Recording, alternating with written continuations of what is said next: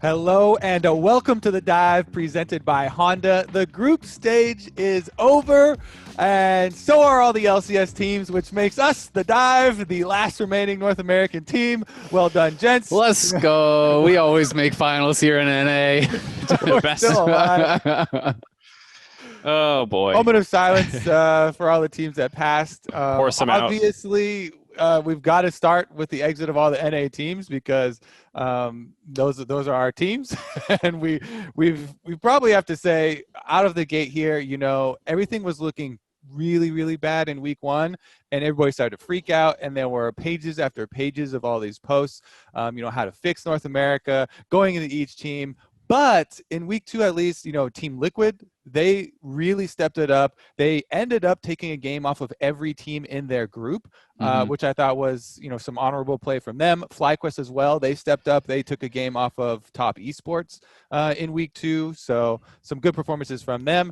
TSM, not so much. Yeah, my like kind of quick thoughts on the three teams is essentially FlyQuest, at or slightly above expectation. I thought that they might be able to steal a game off DRX. I didn't think they would take one off top, but I thought that they would win both UOL games and then maybe steal one off the other two teams. That's what happened, but it was against the better team. It was against TES, so I think, that is above. For TL, overall, I'm fairly happy with how they did. Split games against Suning, split games against G2. I would say that TL, I think, performed above my expectations as far as play, but maybe below my expectations as far as like drafting. Because I would say that week one, in the games when everyone was like, okay, NA's boom, we fire everyone, delete the league.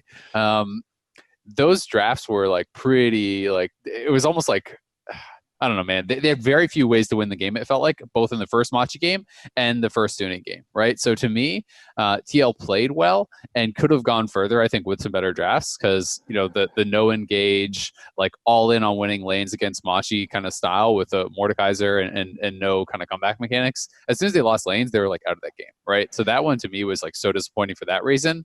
And then game two, their first game against Suning, which I think was the second game of the tournament, they just got absolutely draft kingdom, right? They walked Twitch for Con into the Draven Leona, and that game was like over at level 2 while they're getting proxied with 3 waves at their turret. They for sure got baited with that one. I think that was really good planning from Suning, leaving that up, examining what they already played in plans and stuff. I thought that was really well played. And I didn't know if that was like, oh, TL didn't realize that Suning could play Draven, because he does play Draven, right? Like, so that's something that you could know. I'm not sure if they didn't know that or they thought that they could survive it and were mistaken.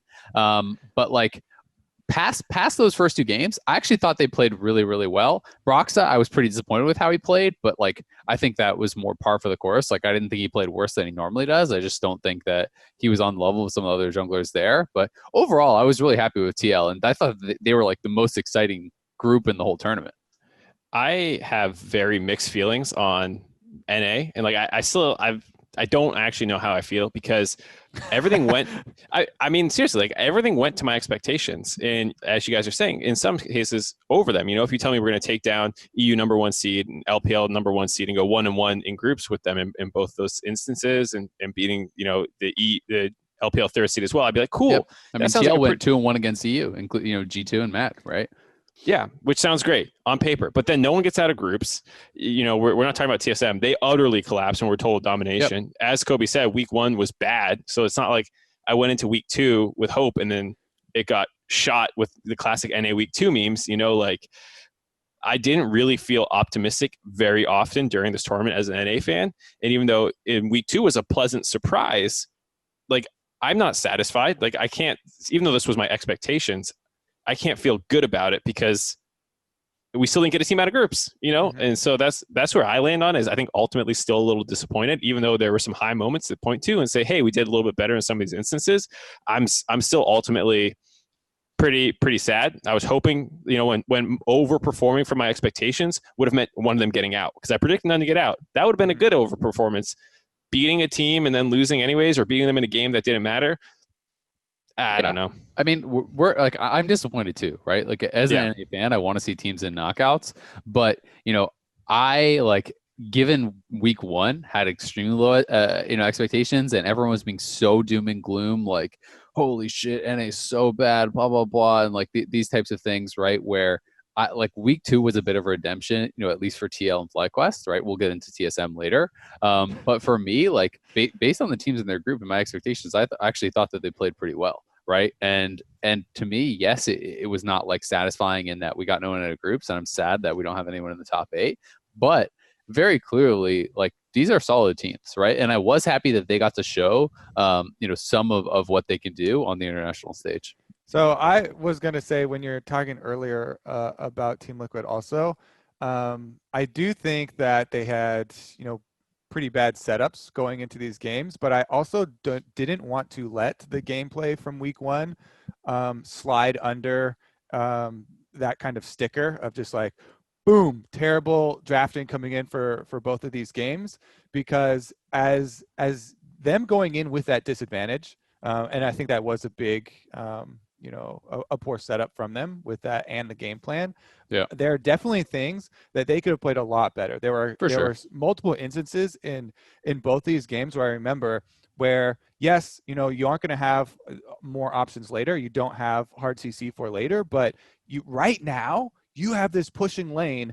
Like, you have a good jungle matchup, like aggressively go invade off this, push on this, try and play to how the teams are playing the meta right now, getting deep vision in so you can counter jungle, so you can take over some jungle resources, and maybe set yourself up at the point where we are a powerful 5v5. Yes, we don't have engage, but because we went and invaded, we get the setup on the dragon. Our jungler is powerful, and they have to come to us. Like, we didn't even get that set up from it. Yeah. So I think that's the reason why everybody was like, "Woo, stinkers over here!" Like, they are not doing anything. Yeah. I mean, and I was like, what? Yeah, I even lost faith, and people are memeing on me because in week 2, when Team Liquid did get their upset win, over G2, that was the one that I didn't predict, because I was like, man, after week 1, I'm not even gonna give it to them. And then they win it. Everyone's like, I thought you never doubted, huh? What happened to never doubting? Isn't that your thing?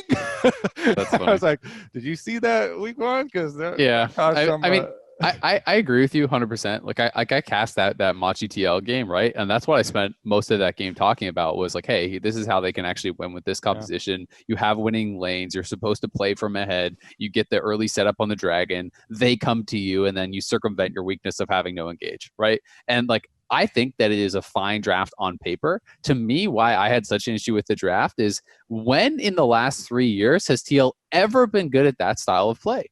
Never. Even when it was like the Aatrox, Akali, Aurelia flex meta for so long, and TL was still doing well and winning all their championships, they still needed to draft engage from jungle or support to be successful. That's always been the case for TL. They just can't play that style. I don't know why, but to me, it's like one of those things that I just had.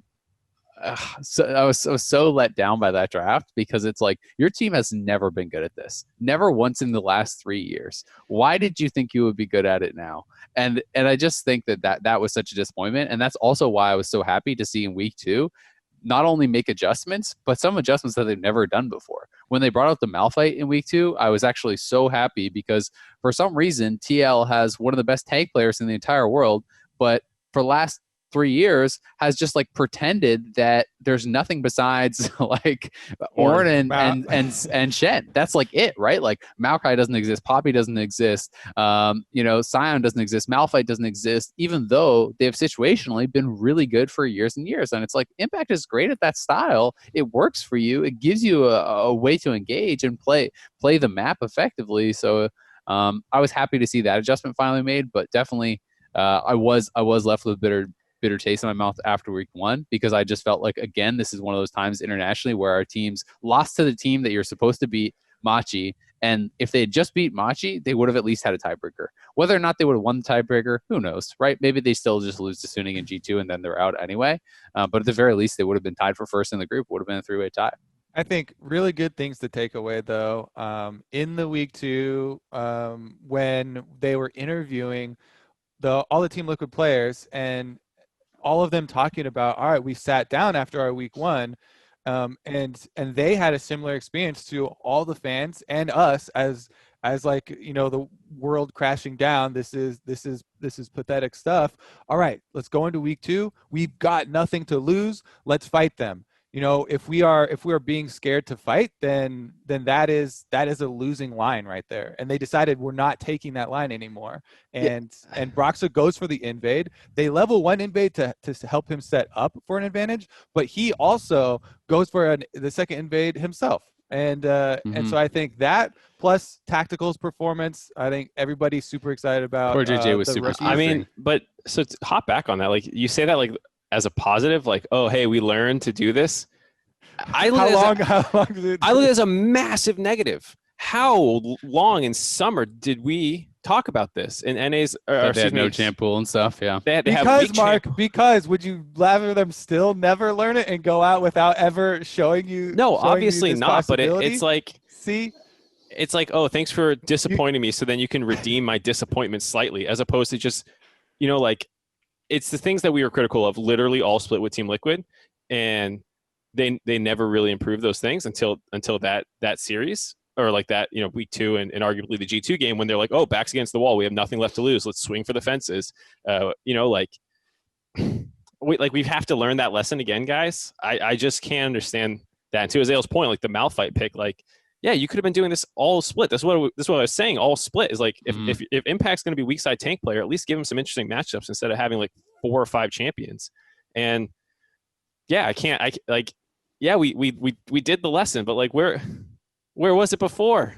That's why, to me, to see that interview that started coming out from some of the players and stuff, maybe it was pandering, which is the thing I'll caution a little bit against. It's like sometimes players just kind of go with the soundbitey answer. Who knows what really went on in those meetings, but taking it at face value, I just look at that and go, wow, that's kind of sad. Yeah, I mean, I hear you, right? It does feel like a little bit like head in the sand type thing.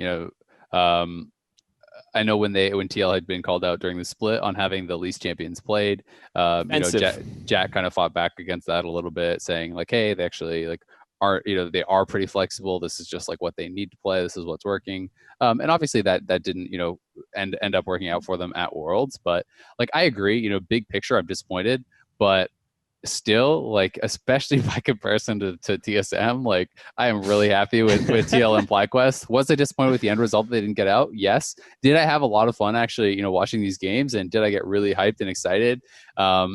Especially during the TL group when it looked like there was going to be these tiebreakers potentially, and even the FlyQuest upsets were super hyped. Like, I loved watching those big wins as a fan. TSM was super disappointing. It felt like the whole way through. And, you talk about, Mark, like being disappointed that these teams maybe like that TL didn't learn their lesson until week 2. Well, it felt like TSM never learned their lesson, right? And I know you had that video that you linked to me on Twitter, like talking about, the TSM tower dive, and it was like this 5v2 and essentially just like the lack of the killer instinct. And I really kind of agreed with that. And you guys, maybe Mark will tweet it again. You guys can check out the clip that I'm talking about. But I did think that kind of encapsulated some of the issues with TSM, where they always seem to lack this killer instinct. We saw the same thing, and like everyone's memeing the 9-man sleep, but like really, this is like, it's not the easiest play to pull off, because to be fair to Bjergsen and the team, it was like, yes, there was a Senna shroud and there was these other things and Shockwave was up and whatever, but he hit a sleep on the entire team. You have 1.5 seconds of drowsy, 2.5 seconds of sleep.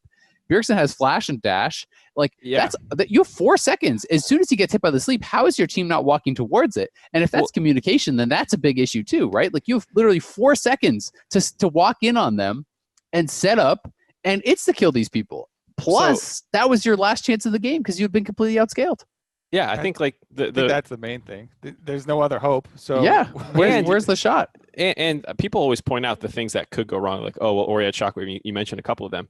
Assuming you haven't absolutely dumpstered the enemy team in their trash, they'll always have something, like every play is going to have an answer that could go wrong, but like that doesn't stop top teams from going from those plays. Like, oh yeah, if they flashed that ability perfectly, I wouldn't have hit it, and like this kind of mindset that I think a lot of teams get into when they start rationalizing defensive play is like, well, if they did this when I did this, then it wouldn't have worked out. And it's like, okay, but you still skill check people, like people go flash for flash and they try and make things happen. And like, maybe that play does go terribly wrong. Maybe people are right that would just never would have happened. But to your point, you're outscaled, you hit a 5-man sleep. If you play it well, you can probably wipe them there, maybe win the game. Yeah. And you choose not to. really quick point off that, the flash and everything. So the one that this made me remember immediately was the infamous Faker Shockwave will find them all, right? It was like the play that almost was. And speaking about that play, it's like Wolf finds this engaged and the Shockwave hits everyone and they turn around this game from what, 10,000, 12,000 gold deficit. In that game, I remember going back and actually watching after that because I was thinking about the same thing. Every single summoner is available on EDG.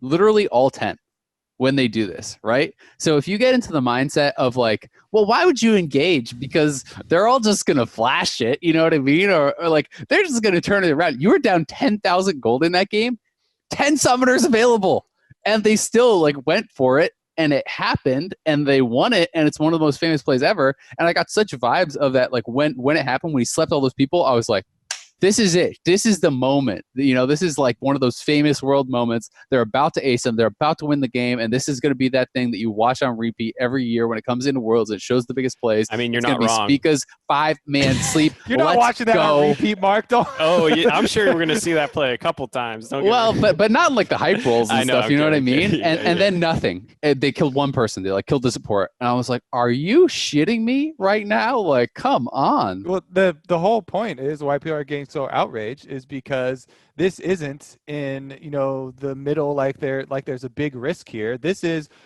you are losing this game. The game is pretty much over. You're already out. Like, what you're do you have 0-5, to lose? right? It made me think of whether or not they're pandering interviews or whatever. The Team Liquid interviews and the speeches of like, we don't have anything to lose now. Let's just fight them. You know what? We should have learned this lesson in 2018 when Cloud9 showed it, and there was this big revolution in vitality, and we got so hyped. And to Mark's point of like not being happy and saying, well, yes, we learned this lesson already years ago and should have learned it already. Yes, that's true, but like, it's just such a defeatist attitude. It looked like showing up on screen, and it really hurt to see that, again, coming back to this theme of being proud of rookie performances from NA for Tactical. He was amazing. I also thought I think Spica should be up there with him and be very proud. Spica is the one that's like, we're losing this damn game. Boom, flashing 5-person sleep. Like, yeah, that's actually really rare. It's not that easy to get 5 people with Lilia and then pull off the sleep and set up the team. And he's like, his Nidalee games too. We got to go for it. He was often behind, but kept forcing plays and looking for kills. And like in almost all his Nidalee games, he's trying to go for ganks. His opponent is farming. He's getting down in farm, but he finds kills. Like, I think he played a great series of games. Yeah, and so I think he deserves to be up there for it and should be proud. Like, we have to take small things to be prideful in, Mark, because it's such a shit situation. But that really did hurt to see the disconnect with the team at that point. And then there was also the Baron, where Spica's still on the Baron. The team goes over with the teleport to fight them. Spica's tanking the Baron. He almost dies. He has to smite for HP. They come back after getting whooped off of this thing, and then they lose the Baron. And you're like, that. And that was one of the possible single wins of the whole freaking. Yeah, I don't want to like. You guys are tilting yourselves. There was everything wrong with that Baron play, dude. But I just. Doublelift was on Raptors and walked the long way around. No one's tanking it for him. They peel off. Ah! I didn't mean to bring that back up. It's just this downward spiral. You guys talk about one play, and then it's another play, and then this, and then did you know this? And exactly 2 hours later. So the positive thing, obviously a lot of fans watching will also relate to those feelings and those experiences that we're relating in this. But I think those are the things that really made it so kind of frustrating, because to Mark's earlier point, yes, I actually was thinking back to 2018 a lot, where I really did think it was a revolution year for Europe and for North America. And it didn't seem like we were able to keep those lessons and use them for the future. Yeah. I mean, the one thing I'll say too is like, I don't think that what happened with TSM necessarily reflects on all of North America. Like, a lot like a 0-6 collapse setting record, or like, history as the first pool one team to do this, go 0-6 in a group, and in these kinds of things. Like, I don't think that that's, reflective of all of North America, because we did, TL did beat some other good teams at this tournament, and so did FlyQuest. So like, I think that's a big black eye in a lot of ways, but more just, for TSM, I think, than like, oh my God, North America as a whole is totally crap or anything like that. Yeah, it also reminded me where I was going with that as well. TSM in the beginning in several of the games were actually very proactive. So it's not like TSM, the history is being rewritten as they're always the 10-man sleep team, because that's how it ended out. They were extremely proactive in North American playoffs. That's how they got to Worlds. Super even aggressive. in some of the Worlds games, they just tried, but they failed. Yeah, but the key was they had strong lanes playing off of, like, it's so important in the meta right now to have strong lanes to cover for your jungler, so you can move up, so you can get a roam timing. But in these games, they were often Spica, going for ganks, and him being behind in farm, plus all the lanes being behind in farm, and them kind of losing out early. And I felt like, then they're trying to move around the map and force these plays, and they were trying to be proactive, but we're simply drafting some bad matchups, playing badly, just getting outplayed in some of those. I mean, some of the skill shot accuracy in like that game, the first LGD game, dude. Yeah, like, and those are, like, they were player skill differences in a lot of these scenarios. TSM, it's weird. Like, there's clearly something going on there, right? Like, they did have, every team in their group was strong, but to go 0-6 and not even get a single win, especially from some of their positions in the game, when they have this enormous lead over Gen.G and, like, are really crushing in that game. Some of these games were just like, it was mind-blowing that they were thrown, right? Like, it was such a failure. The Fnatic game, the early game went pretty well the first time around, but Selfmade ran over them in both those games, giving up the Evelynn and the Lucian, the two key picks that, like, literally everyone else banned every game the first time. That was a big deal. The first game against LGD, I actually liked their draft, and I think that they were making proactive plays, but like every Broken Blade taunt is missing. Bjergsen is missing chains. Biofrost can't hit anything to save his life. Like, it was just they failed for a number of reasons, right? Some of the games they were outskilled. Some of the games they weren't playing proactive. But I think that it's almost one of those things where it's like, when things start going bad, you can kind of see it get in your head, right? Like, the very first play of the whole World Championship for them, if I recall correctly, was Biofrost flashing in 1v4 and Alistar at level 1 and headbutting with his whole team leaving and just inting over first blood, right? And then immediately dying again. And then the second game, he like died right off the bat again. And it felt like after that, like he just had a really bad tournament. And I saw so many opportunities when he was playing like Bard games and things where he's like really close to the person. He could easily try to ult them, but it felt like he no longer had confidence to even try to make a lot of the plays. And I think that was a big problem too. I just want to wrap up the recounting of the North American teams at Worlds with these. It's very, very, very stressful for these guys, especially as we could see from a lot of the veterans who have failed over and over at Worlds before. So I can definitely see how the mental game is also going to be very taxing. Oftentimes we're like, veteran presence helps with high pressure situations, but if you build up something like this too, it can really start to loom over you. And I know that all of these players feel so bad already about their performances. Please do not go making all the personal attacks and DMs and all this stuff that usually does come out of it. I know everybody's upset with performances, but the players already feel extremely poor about those types of performances. So we kind of need to help and do some part in like fostering better player mentality for them, so that we don't have them kind of leak into these types of things. And speaking of North America, doing more for the North American League of Legends scene, these conversations come up every single year. I'm over them. Yeah, it's the conversations of what's wrong with NA, how do we make NA better, and we end up going over the same laundry list of things. It feels like every single year. I feel like you could do that thing, you know, where like you just copy and paste, you know, like how the Onion reuses the same article sometimes for topics as they just keep being issues because you never actually solve the problems. I feel like you do that with North America. Travis has been retweeting everyone's old tweets and stuff like that. He's been calling him a content lich, and we were going over because he's necroing all this old stuff, and we were looking at some of the old like why does NA suck and like all the conversations people have about that. There's one from like 2017 that it's just literally like everything I would say again. I actually am like, I've done this conversation every year for the past 4 or 5 years, and I try and put new angles on it. And like the population size was one I put more effort into last time. I like at this point, like they break into two camps, you know, like things under your control and things not under your control, because some of the ping is something that's not under your control. You know, like I'm so over talking about those in a lot of ways. So I'm definitely down to speed run the why does NA suck.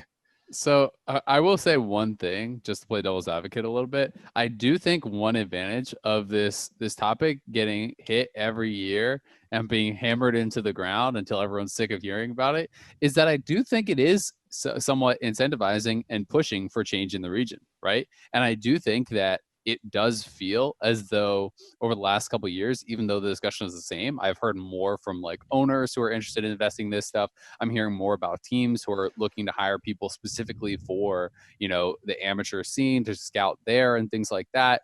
You know, we have 100 Thieves next. We have TSM. I don't know what theirs is called, but they have the TSM, like, you know, young team or whatever as well. Yeah. You know, I've heard rumors that Liquid is going to be getting involved in that. You know, C9 is doing a lot in Academy. So I am seeing some change, and I think that is the positive. And if you want to like make the argument for it, and I'm not saying we have to really get into it, but I do think that there is some value to just this being a repeating discussion, because it puts more and more pressure on the teams and on the players and on everyone to kind of like make positive change and try to make something happen from it. I just want to draw a small line here where the discussion to a point, you know, helps a tiny bit, but action is what we've been missing. Yep. Because we just keep on having this circle of discussion and complaining, but I just listen to and some actions that are happening, people turning right? in circles and pointing and being like, oh, well, these, and we can't do.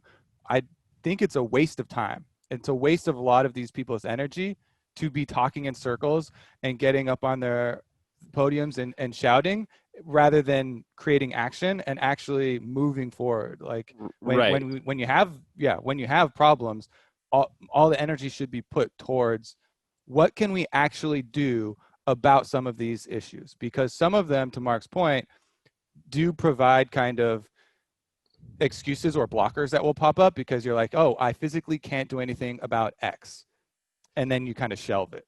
Yeah. Right. Like for a while, time to put my hipster hat on a little bit here, but like for a while, the population size issue, is that your hipster hat? I don't know.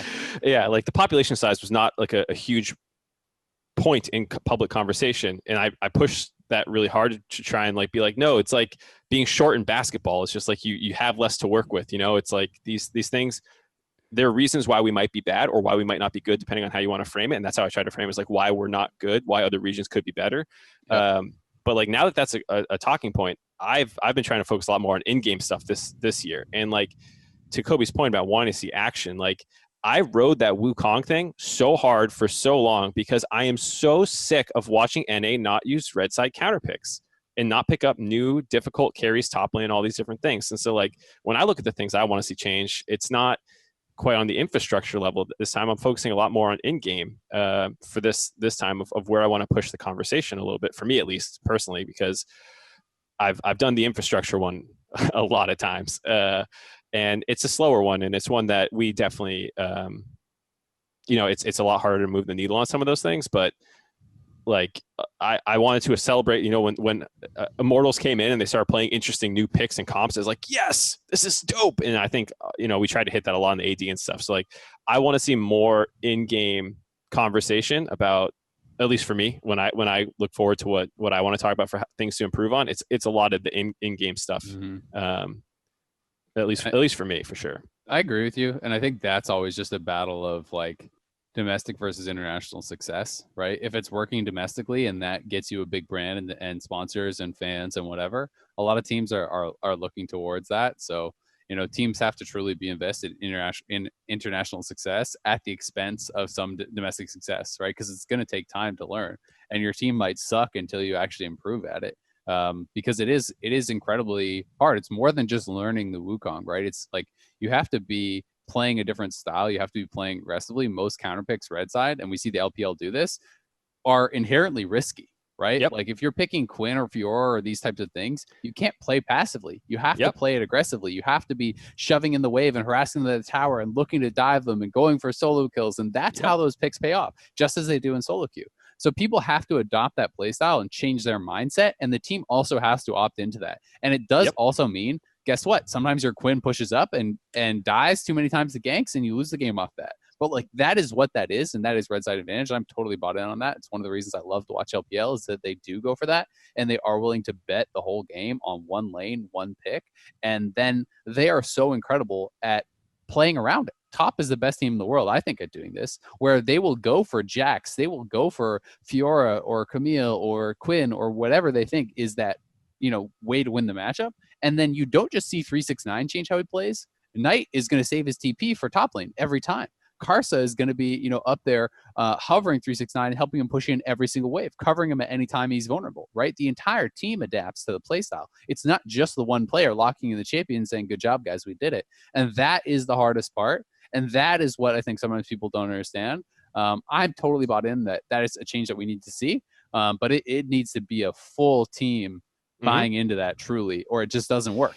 Yeah, what I was doing was a symptom, not the core issue. So it's like, hey, look at how ridiculous this is that the highest global presence top laner, a 60% solo queue win rate champion, isn't getting played. Look at how preposterous LCK does it too, and so does LEC. Almost no one in the world, except for a couple teams outside of LPL, actually use red side counter picks well. I think almost everyone in the world doesn't do this well. There are some teams, and yes, I know people are going to say like G2s and whatever. How many top laners in NA just don't play Camille? And it's like the staple champion for carry tops that is played by even weak side teams like Gen.G. They have like Rascal plays Camille. Everyone plays Camille. Wunder plays Camille. Like every top team plays Camille. Multiple teams in North America can't play Camille. It's actually kind of a joke. You know what everyone's going to say to you is that you cannot pull off that play style if your player is not good enough in the individual matchup, in the 1v1. And that is always, to me, the self-fulfilling prophecy that leads to at kind of the core issue, the systemic issue here from the bottom up. If you go into it with everyone saying, oh, none of our teams have players that can pull this off, then how do you ever reach, or how do you ever build players up in that style? You're never going to get the shift from the ground up and have people practicing this and get there. Doesn't happen by accident. If your explanations are that we have to default to risk management, we have to default to risk adverse scaling styles and win the safer way that way, which will keep us afloat above wildcard regions and regions that you are better than, but will also always keep you down below the top regions.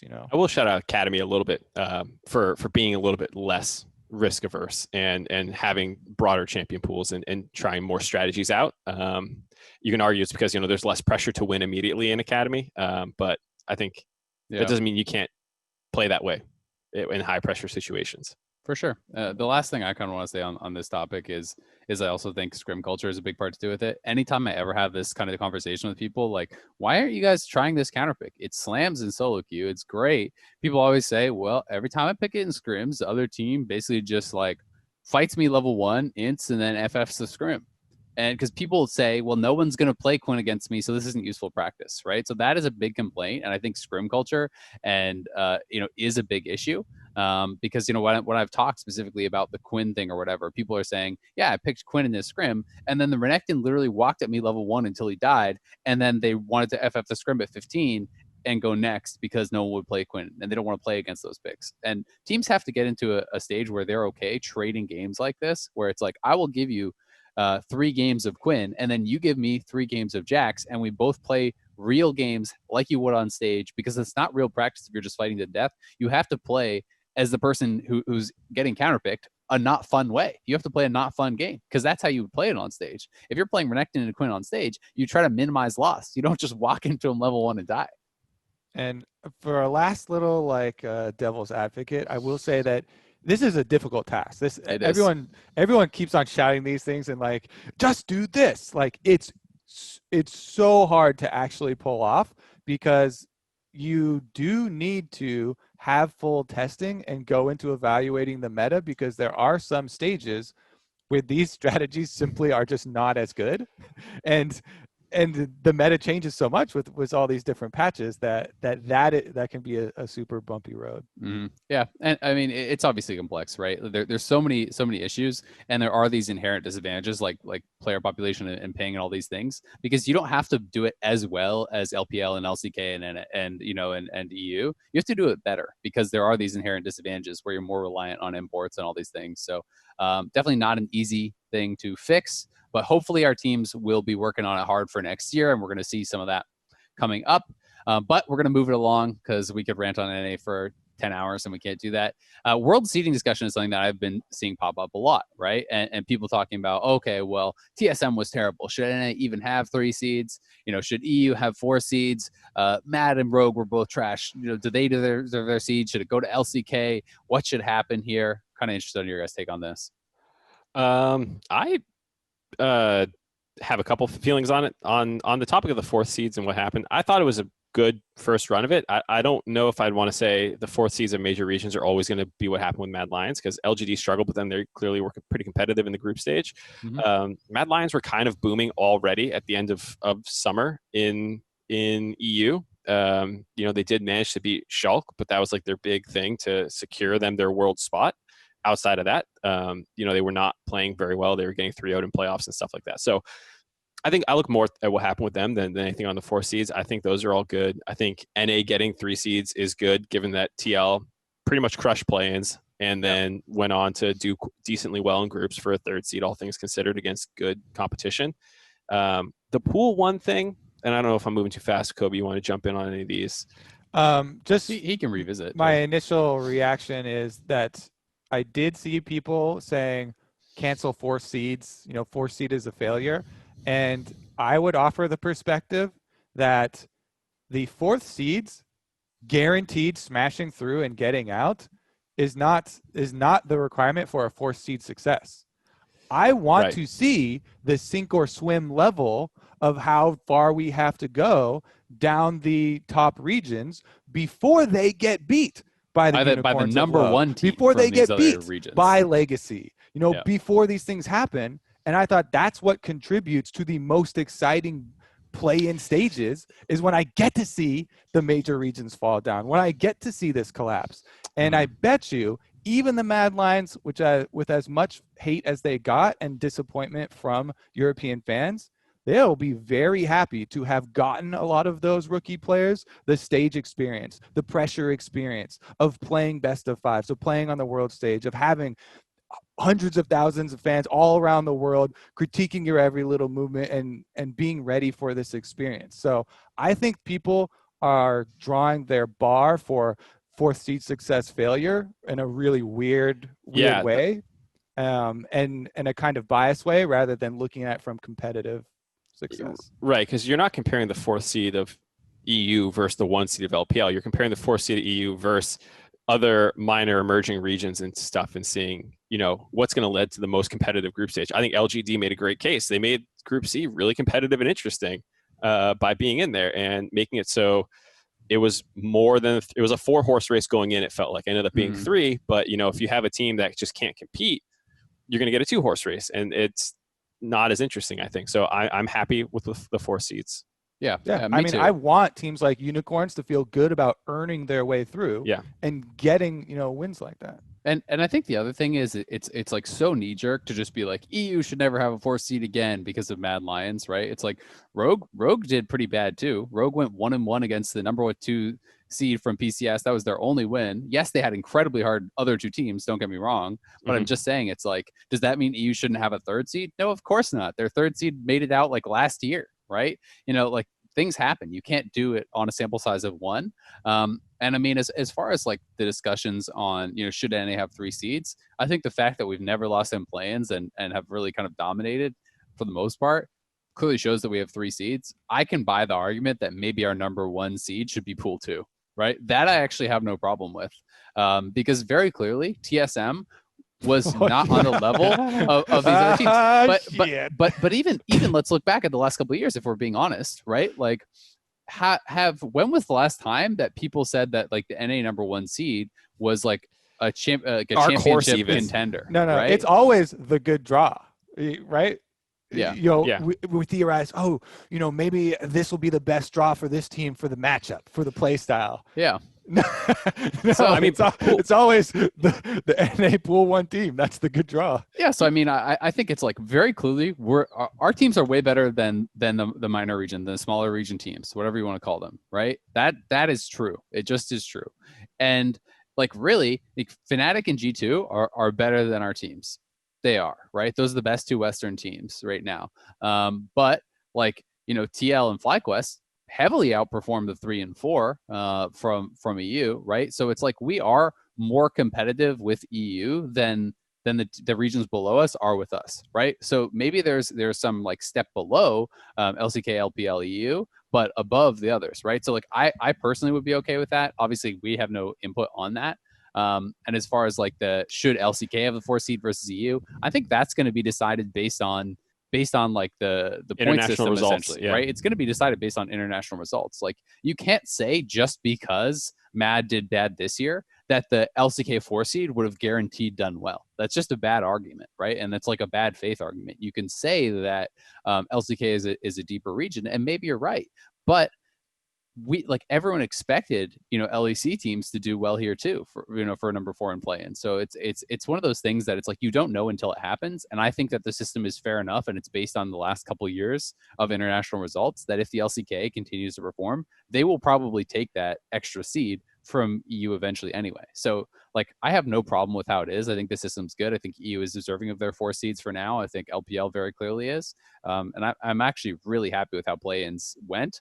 And I hope that we get to maintain this play-in format, even when VCS gets to return, that we can find a way to do this format, because seeing the best of 5s is so interesting, and having almost every team, only 1 team from each group doesn't even get to the best of 5 stage. So almost every team got to show their worth in a BO5. And it was really cool to see MAD actually lost in a BO5. This wasn't some random best of 1 thing. They lost in a BO5 to a team who then got 3-0'd by UOL, who then went 0-6 in groups. So very clearly they deserve to not get out. Yeah, I think the groups being more than 3 teams, which it kind of had been in previous play-in formats, I think I like larger groups in general. I'd rather see a team play a host of best of 1s against different opponents than smaller double round robins, which is what they had done in the past. Like, I think that's what contributed to a more enjoyable playing experience for me watching than the previous ones where there's only 3 teams in them. That said, ultimately, yeah, I agree with everything else. Pool 1 for NA, they should be tournament favorites. You can't guarantee that Pool 1 teams don't collapse or whatever. It's happened before. Sometimes Pool 1 teams don't win Worlds, but you should be doing your best to make Pool 1s in general the strongest teams at Worlds for the draw. Yeah. I mean, Gen.G maybe should be Pool 1. What is an alternate though? Because I will also say that Team Liquid, our 3rd seed, goes 1-1 with EU 1 seed. Like, you need sample sizes to really get full strength comparisons, and the differences in our seeds of our individual teams can be closely examined as like there were significant changes from how they perform in playoffs to how they're performing here too. So I think that there are a lot of knee-jerk reactions to very small sample sizes of data. Yeah, it would have to be based on the last couple of years, right? But if like LPL2 is on average performing better than number 1 from another region, then to me that makes sense to have them have an extra pool 1 seed. I'm not really like super invested in that as an NA fan. I actually don't care. I feel strongly that we should have 3 teams. I couldn't care less what like pool we're in. Yeah, I'm the same way about that. I just think if you're talking about what leads to the fairest group draw in tournament format, 2 LPL 1s. Probably 2 LPL 1s. You base it off and top were, right? Like that would seem pretty reasonable. Right, yeah, and you just based off international performance, you can mark that how you want, whether it's number of teams getting out of groups, length gone or like distance gone in a tournament. Whether you want in that sense breadth of teams getting out or depth of team getting out. Either way, you can decide it how you want. By both those metrics, NA is not is probably not cutting it. So I'm totally fine with re-examining that. All right, World's meta. Something that's been kind of interesting to me really has been, the huge focus less on junglers enabling lanes, but laners enabling junglers. And it feels like that really has been the big focus here at Worlds. And that is one thing, if any, that has made me kind of like lower my evaluation of top.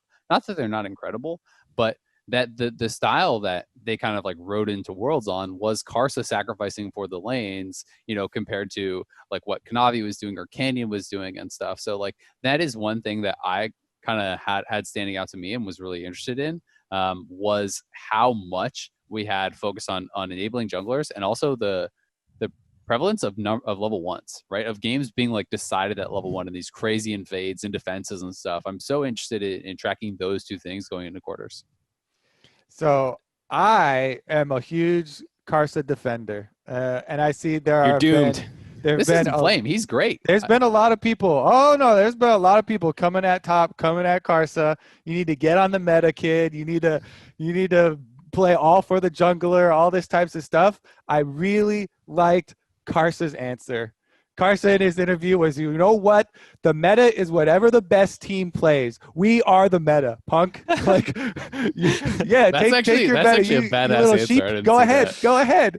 I don't agree with him, but yeah, that's a sick quote. I want to see, and yeah, that's not his exact words, obviously, but okay. I want to see them kind of just shove this down people's throats, because one of my biggest things coming into this tournament was I was so excited to see how it was going to match up, because I liked how it worked out in LPL, which I thought was a perfect experiment. Like that's the proof that I need right there for top. And part of watching Karsa and how much focus he puts on, controlling minion waves, rather than, junglers are always looking at so many things: camps, my camps, their camps, objectives, buffs, towers, ganks, all this stuff, but also how each of the laners are actually performing in their lane to control each minion wave, and to go over there and shove it so that you can just come to Scuttle Crab, shove it so you can go gank for me or with me.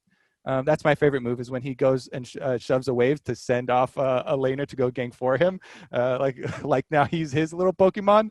These are the types of moves that I want to see them stick to their style, because I do hate it when everybody kind of hive minds on the meta, and we don't have teams holding out. I always loved how, like RNG and Uzi would always hold out and like, you know what? No, we are playing around Uzi. We are playing team fight. I don't care what everybody else is doing. I always kind of root for the holdouts. The one meta point I'm enjoying that's continued on from a lot of the top teams is the roaming support meta. It's just so fun to watch. You get the craziest fights in the randomest places because supports are out of lane at level 4 starting fights. Bard, Thresh, Set. These are the types of things we like to see making plays. Yeah, Leona. Yeah, I'm down with everything going on bot lane. Ignore those wimpy AD carries who do nothing for 20 minutes. Leave them to farm. Let's go out there and start making stuff happen right away. I'm super down with that, and I do like the jungle situation. It's mostly carry junglers. Top 3 are Graves, Nidalee, Lilia, I think. Yeah. So I think when Karsa starts getting to these best of 5s, it'll be really interesting if he can actually keep running that down people's throat of I'm playing set jungle, I'm playing tank, and screw it. And to be fair to him, he also can play the Graves and those other things. It's not as though he can't. Yeah, exactly. Like in their last game against Dragon X, which they won, he had like 250 CS or whatever on Graves, right? So like he can do it too. So it's definitely going to be exciting, and I've really get you a jungler who can do it all, Azael. Yeah, exactly. Yeah, I mean, why would you pick one or the other when you can have both? So it's been really exciting. Worlds, I think the meta has been very good. I think that some of the groups have felt very predetermined, right? Like a lot of them kind of went to chalk, but I will say that especially some of these like really highlight games, like the battles at the top, have been incredibly exciting. And, it really does make me very excited for knockout stage. Last thing on the meta is that I have really liked watching, and this is probably due to being from NA and wanting to see good execution of attacking scaling comps and attacking early Ornn pickers, and I'm sorry, FlyQuest, I'm using FlyQuest as the example, but they did the FlyQuest comp with Power of Evil, scaling control mage mid, maybe I think it was Azir or something. They had Ornn early pick top lane, and DRX, they give up bottom side early dragon. They just get the Rift Herald. You patiently wait for your early advantage on top side. You get the Rift Herald. Boom. One play on top side. You kill the top laner. You Rift Herald. The whole top tower is gone. And you snowball this game from top down. Yes, you give up the first dragon. Some teams have given up the first 2 dragons. Yeah, they gave up 2 in that game to accomplish it. And then you're sitting there with your 2 dragons, and number 3's coming up, and you're 5,000 gold behind with your eyeballs. Why can't I control this dragon? Well, maybe if we could steal 2 in a row, and they just crush you there.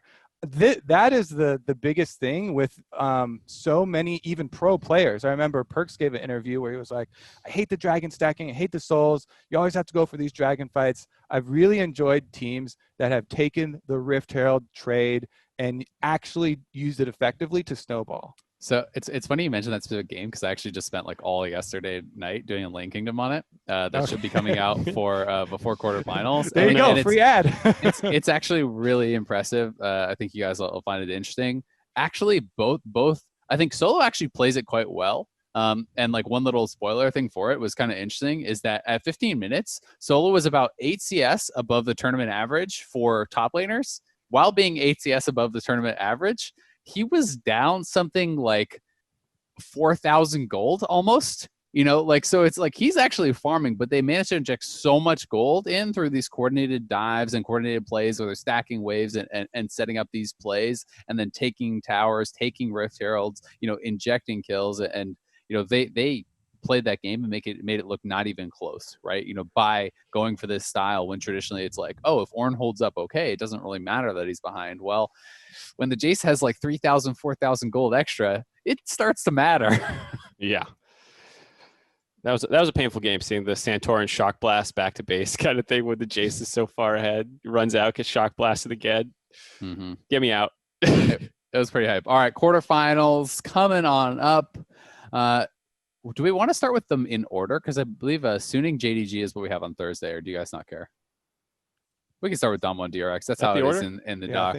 DAMWON DRX, that is one that a lot of people are looking at. This is kind of the summer finals rematch, who essentially have all the LCK teams on one side with G2, and then all the LPL teams on the other side with Fnatic. Tragic. The only thing I like is DAMWON and Top are on opposite sides of the 2 tournament favorites that most likely they'll meet in the finals or they'll get upset. But aside from that, having a bunch of potential repeat matchups and self-region kills, that's why I'm actually a huge EU fan. Normally I hate EU, but this time I'm really hoping that they actually take out some of their opposition to make these matchups a little spicier in semifinals.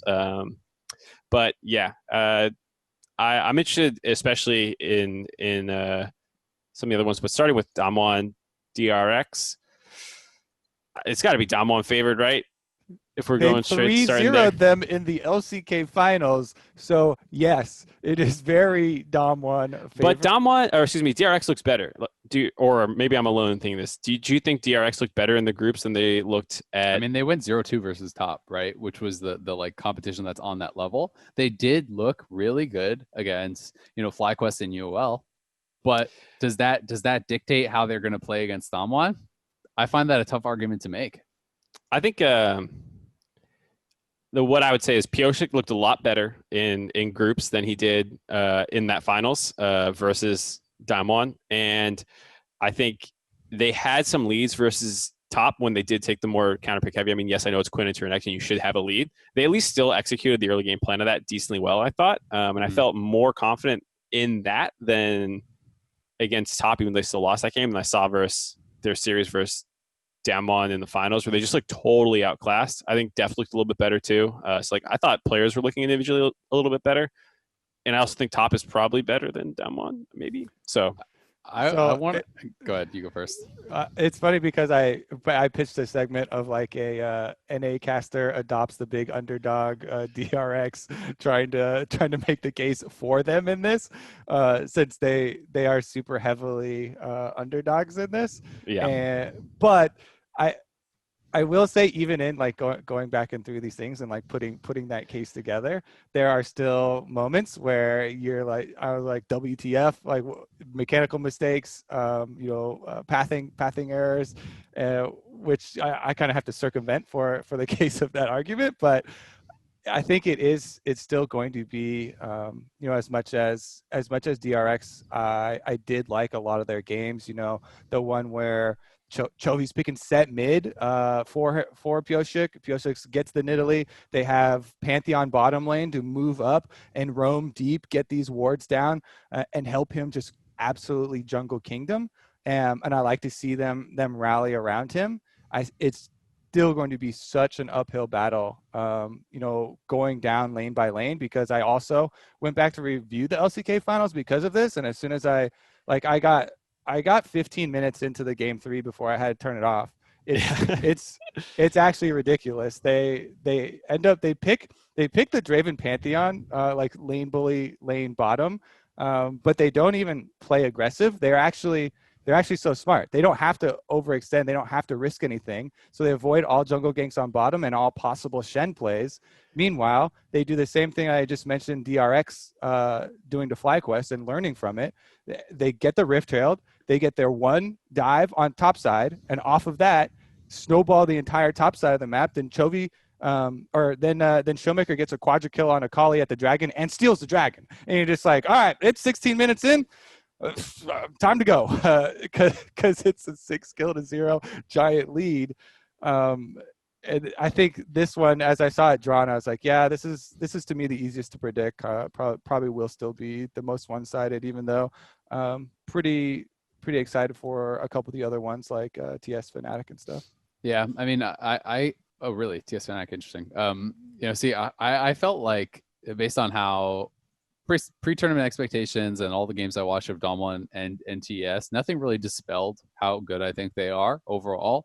DAMWON, I think, if anything, like raised in my estimation, because their preparation, I think, was so incredible coming into this group, especially game number 1 against Gen.G. I was so impressed. The 5-man counter to the Lilia level 1 invade that LPL does like every time with this champion, and just absolutely blasted Gen.G right from the get-go with that. I felt like doesn't actually matter what number 2 seed it was. Whoever's playing DAMWON in top gets 3-0'd, and I still feel that way.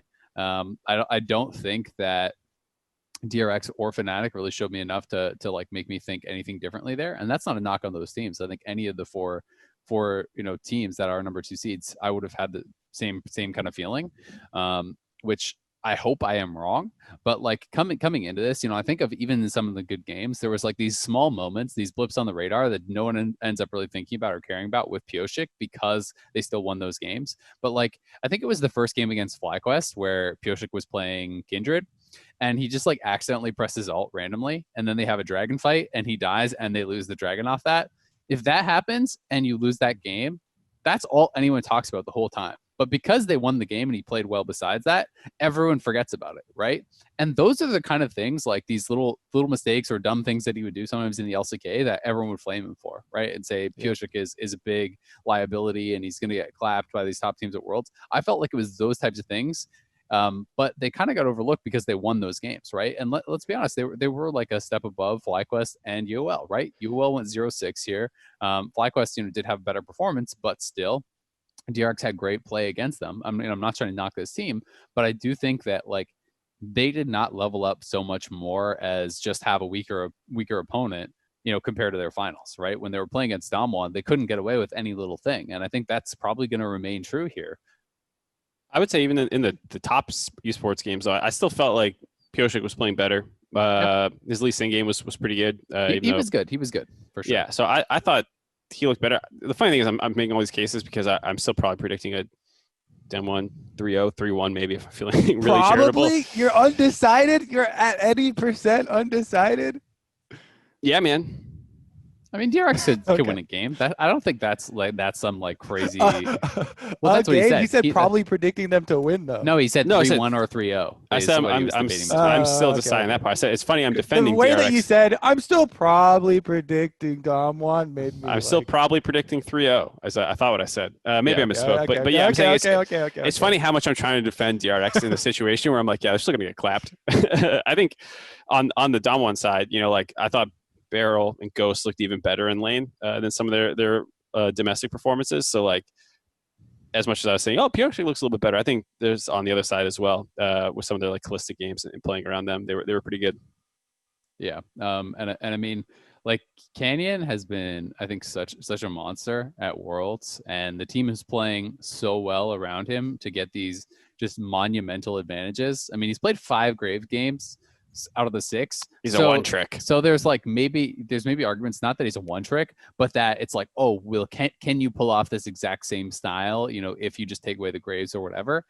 So maybe there's some ways that they can kind of change things up there. But this team was very flexible. You know, Guih was playing amazingly well, you know, showcasing Lulu top, Kennen, you know, he's playing a lot of different stuff. Showmaker, I think, you know, played incredibly well. Also, the bot lane was really impressive. So DAMWON does look really, really good. And again, I just felt like they were more prepared than any other team in this tournament. Like their reads on the meta felt incredibly good. Their pre-planning and drafting against these teams felt incredibly good. And they know DRX obviously like the back of their hand because they play against them all year long. So I do think that it's going to be so difficult for DRX unless they can come out with something really special. You know, if there's some trick that they have up their sleeve, if there's some pick or read on the meta that is going to maybe change things up, then that could make it really exciting. But otherwise, I just feel like DAMWON is just too good, man. All right, perfect setup, Azael, for my NA caster adopting the huge underdog. Oh, I thought I've got did it that. already laid out here. I can attack your point on them playing well around Canyon. If you go back and look at JDG versus DAMWON, their one loss, they absolutely fail so hard in their first 2 plays of trying to play around Canyon. They lose the entire game off of this. First, they try and go for the top scuttle crab with Canyon moving up, but Showmaker doesn't push the lane first. Yagao's able to go over there first on Twisted Fate. They chase down Nuguri as he's trying to come help them at the crab. Boom, Nuguri goes down. They get a counter kill because Showmaker roams up and flashes forward with Galio, and Canyon's able to get the counter kill. But right afterwards, Showmaker makes 2 giant blunders for the team. Even on a ward, he stays in lane, allows Zooms, Camille to get the stun. They kill him. Showmaker teleports back to lane. He tries to make up for this by chasing him down at the tower, calling Canyon over. Canyon walks halfway back, then comes, and he ends up dying again. Death into teleport, death again from your mid lane Galio is just such a giant deficit. And that's how DAMWON lost their one group game. You can try and attack these players. They do make mistakes. As much as you can categorize this team, and you should be categorizing them at the top, at the pinnacle, they do make mistakes, and they are attackable. Mm-hmm. Don't be afraid to fight. To that last point, you know, for that final game, one of the things that I wasn't sure how much to take away from that last game, because and maybe this is being cynical, or maybe this is like, you know, papering over some of the real mistakes that DAMWON did, but DAMWON was already 5-0 coming into that game, and because JDG lost to PSG, it was, right? They were already at 2 losses, and the group was already over. So if I'm DAMWON and I have already locked first seed, I actually do not care at all about this game. You know that JDG could make a deep run in this tournament, and you might have to fight them again later on. Like, to me, I wouldn't want to show anything. I wouldn't actually want to play a real game at that point. Now, I don't know if that's really what they did or not, but that was the only thing that made me feel like I don't really care about that final game. They're already locked in. JDG might be someone they have to deal with later. Why show anything? Because, you know, yes, they didn't play great around Kane in this game, like to some of Kobe's points, but game 1 against JDG, they had such a good level 1 plan. They decimated JDG in the jungle. Kanavi got ran over. So it's like, that's fine for me if you're looking at showing comps or something like that. But that is no excuse for mistakes like these. I think that argument does not. But do you try your best when you're already locked first and JDG is already locked second? I don't think you're like in game not trying stuff. I think in terms of draft, sure, maybe. I think maybe if things start going south, maybe your attitude is a little bit more flippant. But I don't think it's like a necessarily conscious thing where you're like, all right, I'm not saying go in and run it. I'm just saying it's like, who cares? Let's just have some fun. And I think you're playing a lot more loose in that final game. You're already locked. Everything's already decided. Maybe that's not the attitude of a champion. I think what's more likely is that they got snowballed on, and even then they still fought back pretty well. Yeah, like you got snowballed on from making legitimate mistakes. Right. But I'm saying, like, in the current meta, we have seen teams based off of bad level 1 get absolutely blasted. And that was not a level 1, but it was a level 3, I think it was. Yeah. See, so like my point is, it's actually a really heavy snowball meta. I'd say, now for everyone to predict 3-0 for DAMWON. Yep, I am predicting 3-0 to DAMWON, exactly. But I think my case is my good. cat just knocked over my they're not infallible, right? But at the end of the day, I would not be shocked by DRX picking up a game. Yeah. I just hate when people say, they didn't care about this game type of thing at a Worlds game. All right, so finish my point. It's very snowball heavy meta, and they fought back against a really good team that was kind of snowballing on them better than a lot of other teams do. So it's one of those things where that's why I'm saying, DRX might get one game in a situation where they have a good read on a jungle clear, or they fight and they outperform early, or a level 1 invade. A lot of these situations can come up. Repeating that 3 times, no, not going to happen. Yeah, and I also think JDG is a better team than DRX. Predictions? No? So I'm going 3-0 DAMWON. Yeah. All right, triple 3-0 across the board. Suning versus JDG. This is one that I think is pretty exciting because, yes, these teams have played obviously in the LPL, but I do think that Suning, is actually looking quite a bit better. Bin was really on form. Bin in the playoffs, I think, wasn't playing as good as he did in the regular season. At Worlds, I think he has been, really, really strong. And JDG did have some cracks, right? They did slip up a little bit, not only in the one game against DAMWON, but also lost to PSG. Maybe it feels like it starts to get a little bit closer because I have been really impressed by Suning, right? Who did end up going 2-1 against G2, topped their group, looked pretty strong overall. But still, especially if you're just kind of like taking into account for small sample size and you're basing it most off of LPL performance, you've got to favor JDG. So I thought the lyric was saying that they had not played in the regular season in LPL. Like this was a matchup we didn't get. Am I confused? Because they of the play at all? Because of the groups, the way that they went. But I know people were talking about in playoffs that being true for sure. Yeah, I thought they did play. I'm gonna look it up. You can keep talking, Kobe. Yeah. But regardless, I'm super excited for Bin matchup as well as SOFM. I think that's where most people's attention goes to for Suning because of Bin being a rookie player on the world stage, as well as having the big barrel play on Gangplank to come through and they get did that play in the victory. regular season. Okay, so it was just playoffs then that they were. And they 2-0'd Suning in regular season week 2. Yeah. So and then it should be a decent advantage, even though it was pretty deep in the regular season. But I'm super looking forward to how the top lane plays out because in the past, Karsa has helped out 369 a lot early on. It's JDG, excuse me. Now it's looking back through all these things, it's all shifted. I was going to say, I think you touched about SOFM being someone that I'm really interested in watching. I think that's the most interesting matchup between the two teams, Konavi versus SOFM, because SOFM is like super aggressive, always trying to make plays, but oftentimes he ends up being a more supportive than like trying to get himself fed. Whereas I think Konavi is a little bit more about himself. Just J4 is something that I did not expect to see. And then he busted out and looked incredible on it for SOFM. And he'll build tank Lee Sin. And even though he's playing these aggressive champions, they're very much still like set up for the team in a lot of ways. Whereas the Silas and kinds of things that Konavi is more likely to go for does feel a little bit more self-carry oriented. And so I think there is a small difference in how they approach the game with their team. It's not like full blown Karsa, I don't think, for SOFM, because he's still insanely good at farming and stuff. That's what I was gonna say. Is I feel like people put him into this box with Karsa because he builds more defensively. Because they're like, he builds a Night Vow. He's like giving up for his team, but he actually has insane farming numbers. You know, at Worlds, he's plus 18.1 CS on average over the 6 games, right? So it's like, yes, he may be building defensively, but he's doing it with insane amounts of gold. And he is really, really efficient. I think that is the thing that most impresses me about SOFM is like, I'll look at these games and I'll be like, wow, you know, you actually did a really good job showing up to a lot of these lanes at times or creating pressure in the jungle. You did all these things. And he's constantly taking camps the whole time, right? Like he very rarely is someone that is just like stuck in a brush for 30 seconds, wasting time. He's so efficient about when he's showing up, when he's farming, where he's going on the map.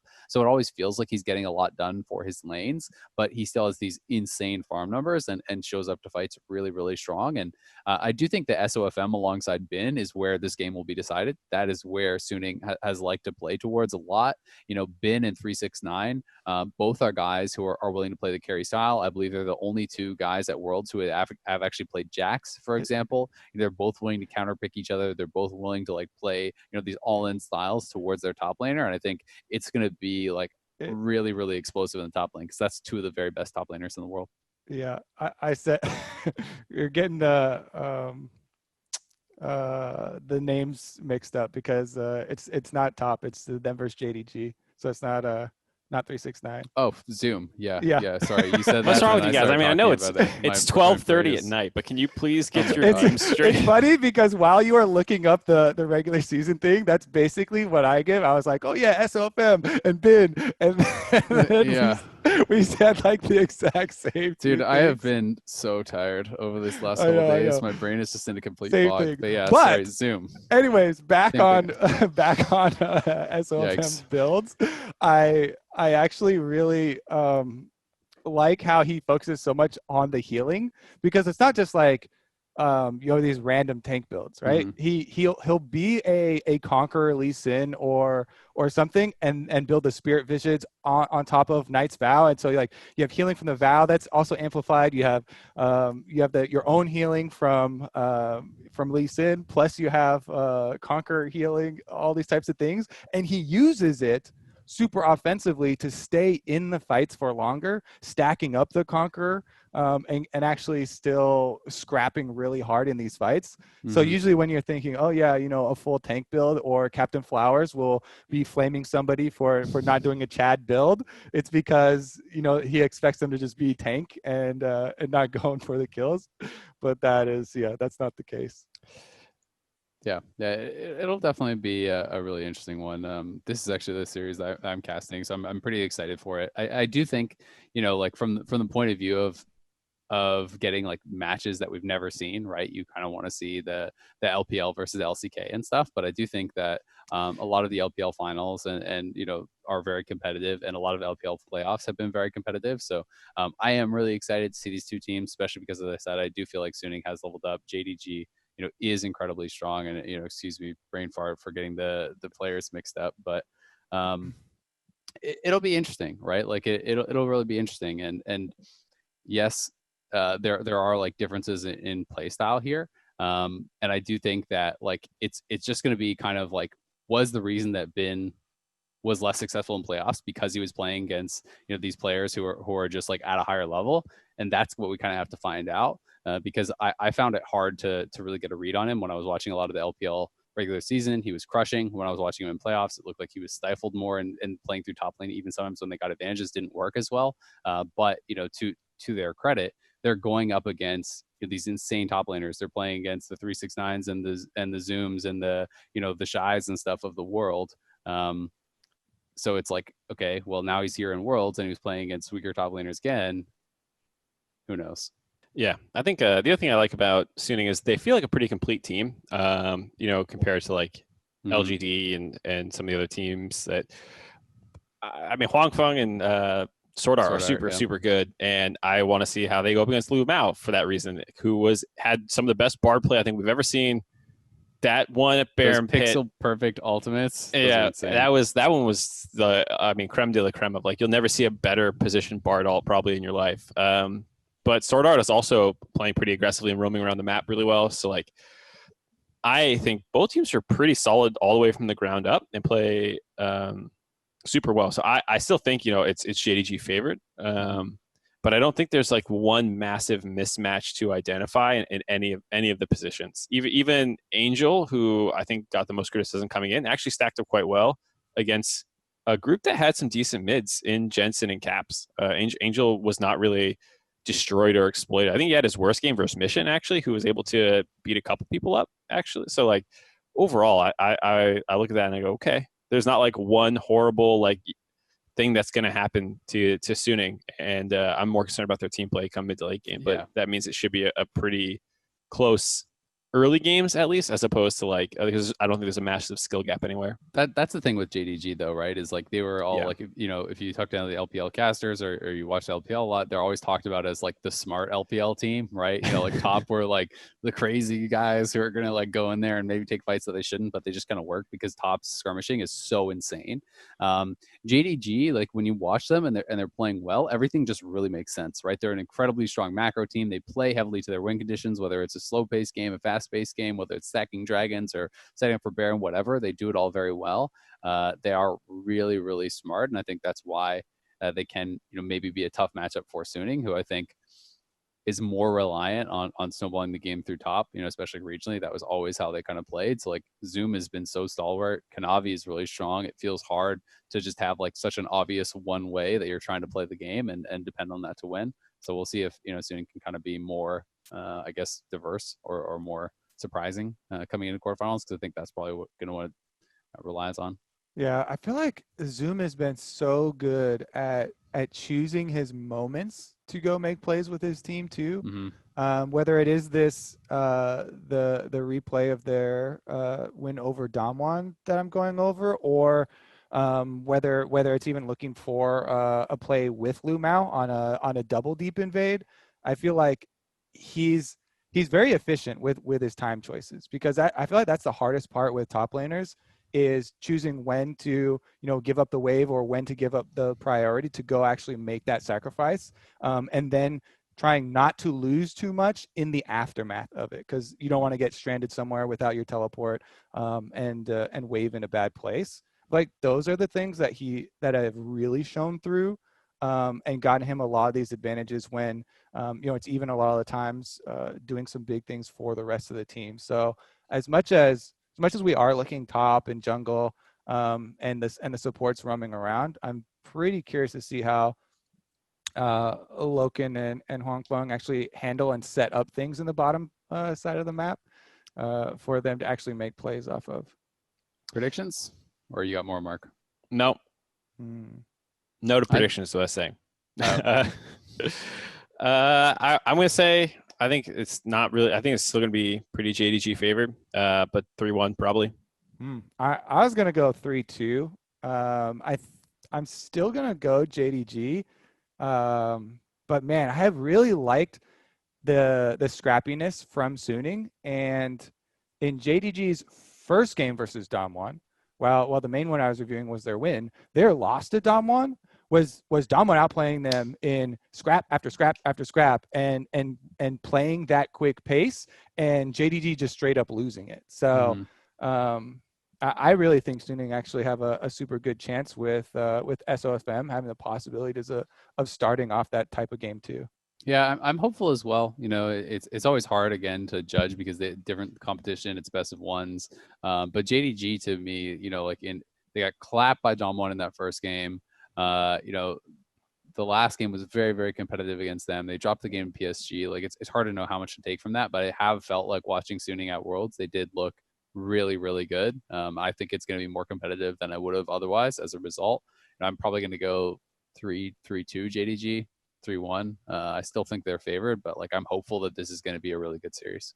The one thing I'll throw in for JDG being winning a little bit faster is a lot of the Suning games versus G2 were a little crazy. 40 minutes in two of them. And I think in those situations, JDG is even better than G2, and I think they'll be able to win those. So I think you might see a lot of scrappy games, but I think in the end, JDG will out team fight and out macro them. All right, sweet. Top versus Fnatic. We have first of the European best fives that we're going to be talking about. Fnatic did show up big time in week 2 again. Looking really, really good. But unfortunately for them, they ended up losing the tiebreaker to Gen.G, which knocked them in the second seed and put them in the possibility of drawing one of the behemoths of the tournament. They did end up drawing top. This does feel like Fnatic are coming in as massive underdogs.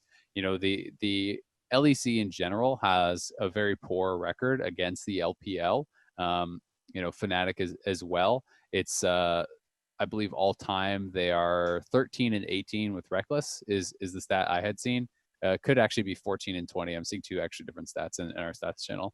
But it's possible that they could make the upset happen because they are a really creative team, a really aggressive team. Like they're going to come into it, I think, with some really explosive strategies and some really good pre-planning.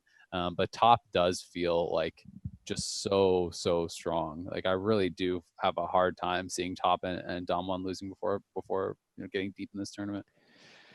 Yeah, I mean, it feels pretty doomed for Fnatic. I think there are a couple avenues for how they might be able to win. Like Hylissang has been really good this tournament. He's been incredible. And Bwipo has been better than I think people were expecting. So if he can, it's a huge ask for Bwipo to do well versus 369. But Jackie Love is often, and bot lane as a whole with you, Yanja, the way that top usually loses their games is something goes wrong in the bot lane. And after beating Ruler and Life and being able to make plays against another really great bot lane, I can see a world where Hylissang and Reckless can make things happen, and that's the avenue to a win or two. I just don't. I think there's too many other threats all over the map for top to, for Fnatic to be able to just do this 3 times. I see top lane going wrong or something, and too much attention going on up there. It's interesting because for me, why I thought that the DAMWON DRX one is the most one-sided, more so than this one, and I was more interested in top versus Fnatic, is because. Wait, you still put that one at a 3-0, right? Yeah, is because they're it's even faster. This one we haven't done this one yet. Okay. Is because they are so different, and I'm looking 100% at the jungle. I think that this is the biggest, starkest difference. While Bwipo versus 369 is exciting because Bwipo is probably the Western top laner that most quickly thrived and adapted in the super server environment, and he shot up the ranks and climbed through all this crazy action because he loves playing for heavy trades. And there's a new term that people have started applying to top laners, by the way, that trade a lot and trade aggressively without complete information. And people are keep saying they're playing like psychopaths in the top lane. I don't know how I feel about that one yet, but that is kind of the heavy trading style, I guess, that people are trying to get across. As much as that is, a big flux point for this matchup, I think jungle and self-made, I feel like that is Fnatic. To me, that this is the heart of Fnatic. This is the style that they have played all year, and it is perfect for the meta that has evolved. This is what people are classifying as how you should play League of Legends right now is like building around self-made. And since we did see Nemesis step it up, that was the part I was probably most worried about for Fnatic. I'm really interested to see if they can have some big self-made carry games. Does he get Evelyn sometime? Does he get a lot of help with these like level 1 invades, going for drafting pushing lanes to try and cover for him, to go for invades and try and get a jungle advantage over Karsa, who I said I'm a huge defender of. I want to see him kind of stick to his style and play that counter. But that's probably the thing I'm most looking forward to is can Fnatic's style of self-made carry actually find them some wins versus the number 1 LPL seed. I am rooting for a Fnatic 3-0 because I want FlyQuest to be the only team that ever took a game off of top esports at the World Championship. Why don't you want top to just 3-0 everyone then? Want the opposite? Or yeah, 3-1 for 3-1 for top esports. But then they would have a game. What? Then another team besides FlyQuest. 3-0, 3-0, 3-0. Oh, okay. Yeah, I agree. It'll be interesting. I mean, I think it is kind of the juxtaposition of how the junglers play. I know Whippo is actually #1 in damage share for top laners. Selfmade is very high in that as well. I think he's 4th.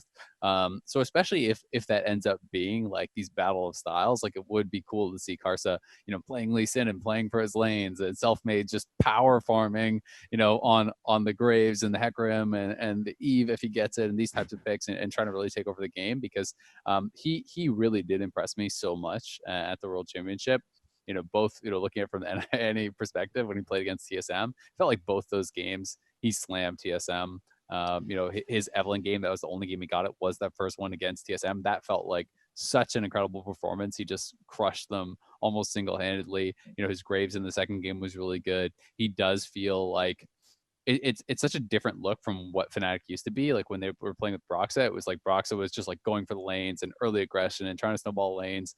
A lot of times you talk about like Bwipo trading crazy up in the top lane. Selfmade's like, good luck to you, buddy. I'll be farming, like I'll be getting ahead for myself. Like maybe you get ganked, but I'm going to take their bot side jungle camps as a payment for that. And I think it's really interesting to see kind of the different styles and how that's actually going to play out. I will say, I think Selfmade and Fnatic are at their best when he's not like full on, PvE herbivore style. Like I think those games against Gen.G were like, yeah, his laners were trading, getting people low, but he could show up and then just make the play to get the kill. I think he's actually really good about ganks and getting himself kills. He's efficient. Yeah, he's really efficient about making plays, but I don't want him to be. Now, I would never say herbivore for that style, because even when he is farming heavily, he's doing it on the enemy camps, like invading. So right, yeah. I mean, it's a little bit. It's a territorial herbivore then. If you are playing that play style, but I don't think he's playing that way, or he shouldn't be playing that way when they're at their best. Like, so he averages 113 CS at 15 minutes, first overall, in all of the junglers. So like this guy is getting some farm. He's definitely going to be strong when he shows up to play. Yeah, I hope Fnatic's laners can play well enough to create opportunities for him to pick up some kills while being that efficient jungler, because I think they'll need something like that to upset them, because otherwise I'm concerned that Karsa and the rest of how good the laners are for top esports, he just, Karsa doesn't care, he's falling behind farm. He's like, whatever, my laners are huge, they're just going to crap on you in fights now, because that's the concern. Especially if there's counter picks and stuff, right? Because like if they're blue side and Bwipo has to blind pick, or even if they're red side and they decide to counter pick for Nemesis or something like that, or even Hilly to try to play for some crazy bot advantage, sometimes Fnatic will do that. I think it's going to be incredibly difficult for Bwipo. Like you cannot play for kind of like trading and this like brazen style that he's really good at, if 369 is going to have a matchup advantage and is probably going to have his jungler up there more often as well. That can definitely be a huge avenue for for 369 to get ahead. I will say that for top, Knight hasn't looked as dominant at Worlds. Like he has not just been like crushing all the games. He did have some really good games. One that stood out a lot was his Syndra, but his Syndra is like his most infamous pick that he like never loses on. He's undefeated on it in summer and everything. And it was against UOL, to be fair, but where he was like 20 CS ahead on the Lucian, like very early. So he's had some good performances, but he hasn't just been absolutely running over this tournament. And Nemesis also has I think kind of like maintained his playoff form, because Nemesis in the regular season, if I recall correctly, in the LEC had like some of the worst laning stats in the entire league, right? Like he was not actually performing super well in the regular season. That was one of the distractions from Nemesis going into playoffs. But in playoffs, it felt like he kind of found his groove, found some picks that really worked for him, and it has felt like he has been able to carry over the success to the world stage, which I think is critical, because really it does have to be like a full team effort from Fnatic, I think, to be competitive in this series, because both top and DAMWON fall into this category where there's no clear weakness to attack. They're so strong across the map that you have to be able to answer these skill checks in every single lane and play well as a team. And I think that Fnatic can match as far as the team play, because top is not a team that plays like flawlessly and everything. Like they're going to fight you, and Fnatic has the individual talent, I think, to win some of those fights, but they have to make sure that they're not just like getting run over early and falling too far behind if they want to have a chance at it. All right, predictions. What are you guys thinking? As I clearly said before, You thought it was closer. 3-0 top. Yeah, so this is closer than the other one. You're still saying 3-0. That's because I'm biased for FlyQuest. I want them to keep the record. If I say what I actually think it is going to be, I do think Fnatic. I think I would give Fnatic at least one game. I'd probably settle on the 3-1. Yeah, I'm at 3-0. I just honestly think that Top and DAMWON, you know, I'm not reading like an incredible amount into the group stage because I think both teams look good, but I watched a lot of both those teams during the regular season. I just think that they're so strong. So I do think that all the number 2 seeds are pretty doomed against them, but I'm really hoping I'm wrong. I'm really hoping Fnatic can step up and you know, surprise us, because I think that it makes it so exciting. You know, if the European teams can really come here and compete, because I want them to be able to go up against these behemoths and take some of them down. So it's not just this world where it's LPL and LCK way above everyone else again, right? Because it feels like we're on the precipice of that a little bit, you know, where Europe has been doing so well over the last couple of years. And in 2018, we had, you know, C9 make semis, and then 2019, you know, NA and EU are in the finals of MSI. I don't want it to go back to where it's like it's only LCK and LPL. So I am very, very hopeful for Fnatic and G2, but I just think that this isn't the one to win. Yeah, I'm on the 3-0 train. I think it'll just be a little too hard to control all the points on the map that kind of need to happen to beat Top, but it can be done. You know, they've lost the game already. Mm-hmm. All right. Well, now for a little bit more of a positive take, probably for Europe. G2 versus Gen.G. This, I think, was the best draw that G2 could have gotten. And I think that this is going to be a real banger of a series, because I do think that G2 can compete with Gen.G. I think that G2 can beat Gen.G. So this is one where I think that they really do have a shot. I think that G2 is always somewhat hard to get a read on, because, you know, sometimes they have these kind of like really messy games and people aren't sure, like, oh, how much to read into it. You know, is it just them playing a little bit sloppy or having a little bit of fun, or is that their real level? You know, they did go 1-2 against Suning. 2 of the games were extremely competitive.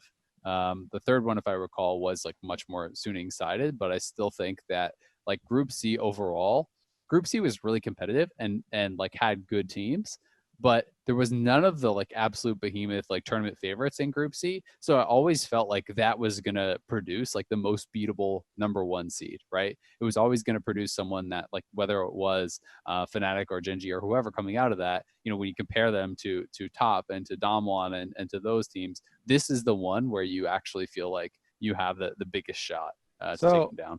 So I think G2 are at advantage in this matchup because G2 have so often played for side lanes, have so often played to split the map, you know, try and catch you out in rotations, try and make unforeseen pushes on objectives. And Gen.G have been the more consistent LCK team. While coming to this tournament, there was a lot of talk around, oh, I would probably actually put Gen.G as the number 2 seed from LCK over DRX, because DRX have been a lot more risky, and Gen.G's style often does not revolve around a lot of risks. It revolves around Ruler and Life having a strong lane phase, which they showed in group stage. They got 2v2 kills multiple times, but mostly around trying to then team fight, and Ruler being a massive carry. I do think that BDD and Rascal, you know, have the possibilities of actually branching out the style for this team, but they don't seem to do it a lot. And I think if you try and make that switch versus G2, that's really hard, because G2 have done that on the world stage before, have done it with success before, and it's kind of the same thing where Worlds, when you get here and you try and change things up, it might be difficult because you haven't spent you know, the majority of your team's time playing like that. Mm-hmm. So I think G2 have a lot of versatility, and that's their big advantage over this one, especially G2's solo lanes. Yeah, I mean, all Gen.G has played top lane is Ornn, Renekton, and Volibear. And Volibear, yep. I think no, I don't agree about the solo lane point quite as much. I think G2 do play more carry oriented style than Gen.G does, but Rascal's actually a monster. He dominated in a lot of games, and even if he's not always on the carry pick, they actually can play strong side to him easily. They did it twice, I think, in the Renekton game and a Volibear game, maybe even more than that if I don't remember. And he has played Camille and played topside carry in counter picks during the regular season and even in playoffs a couple times if I remember correctly. So I think for them it's about when they want to do it. If it becomes all about the solo lanes, I do think G2 is favored in them. But like, I think Rascal's actually really, really good. And even when I'm not saying he's bad. I know you're not saying he's bad, and I'm saying I think he's better than you give him credit for, because you're saying that the solo lanes are going to be this big advantage potentially. I don't think Wunder is actually that advantage in that matchup without Jankos being a factor in it as well. If you're talking straight 1v1, I actually think Rascal's going to be totally fine. So one thing I will say is like I agree with you, Mark. I think Rascal is super good and you know, and has been kind of maybe underrated or overlooked. But these teams play like for top lane advantages in different ways, right? So at least looking at the group stage, Rascal had the highest K plus A at 15 of any top laner. He's second as far as kill participation for top laners at 15. So like when they play to him, he then takes his advantage and goes to the Dragon or goes to Rift Herald or roams to mid lane. Like he looks to scrap with his team and be involved in things. You know, Wunder on the other hand is like almost last in kill participation. He's 13th out of the 16 teams, right? He is playing for his lane. You know, the trade-off as a result is he's first in CSD at 15, right? He's getting himself ahead. And it's kind of like Rascal is really, really strong, great individual player, can be played through, 100% agree.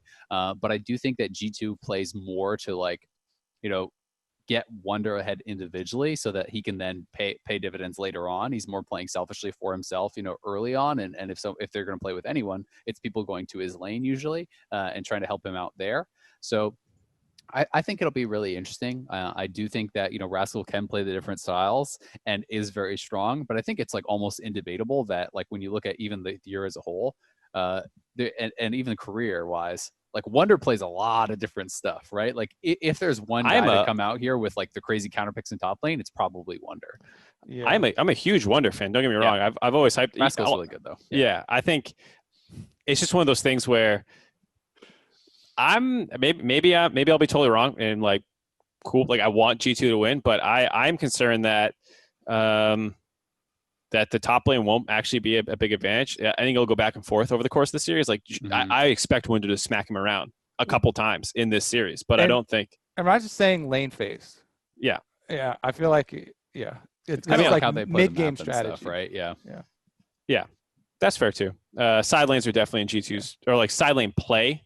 That's what I'm saying mid-game. with styles of the team. Yeah. More that they want to play towards like, at least I think G2 is more likely to go towards the like get ahead in lane and split push style, right? Like go for that type of like spread the map, have 1-3-1 advantages, not necessarily straight through player skill, which I think they can earn. But I mean, BDD and Rascal are both very good. It's more just like I think they're more likely to commit to like playing the map. And one of G2's big strengths is map play, is their macro play, like how they spread the map and tax you know, your resources and your lane assignments and stuff. Like I think that it's interesting because both these teams also, like as far as where they put most of their jungle help, both of them went towards bot lane, and that is where there's clearly an advantage for Gen.G. You know, I still think that most people have Ruler as the best AD in the world, right?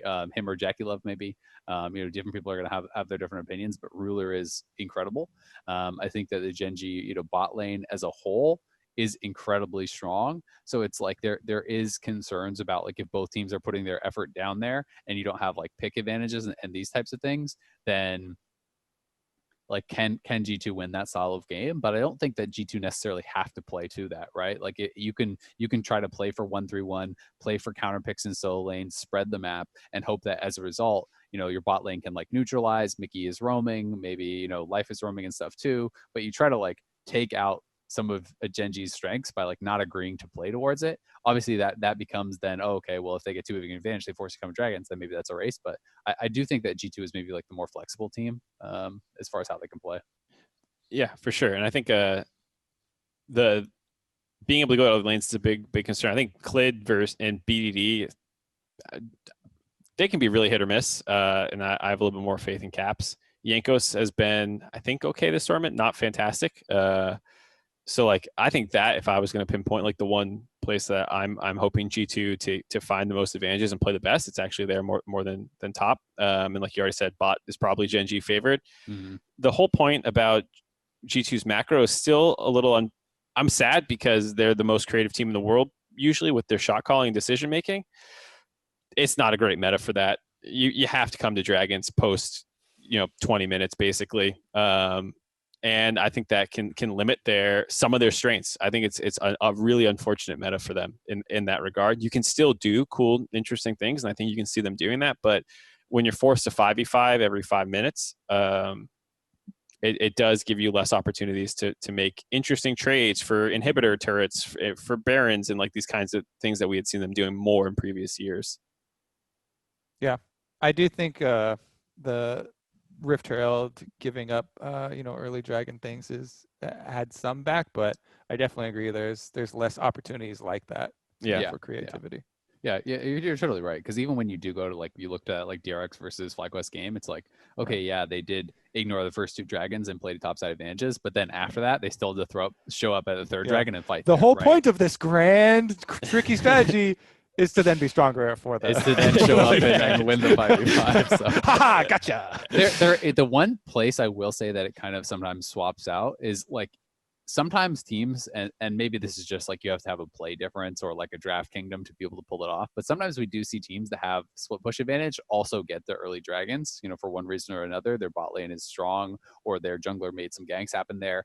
Or maybe even just like they sneak away a dragon or 2 or whatever. But even if you can do that, then you at least buy yourself some time where like if you're playing to a side lane, you start with a dragon, even 2 dragons, you push back Soul so late that then you have the option of more forgoing a number of dragons in a row and waiting until quite late into the game. Mm-hmm. We also did see, and I'm not sure if this is going to be a trend in quarterfinals, but we did see a number of games where it was like first dragon was sometimes like 9 minutes or 10 minutes or 12 minutes. Like we did have there were some slow games.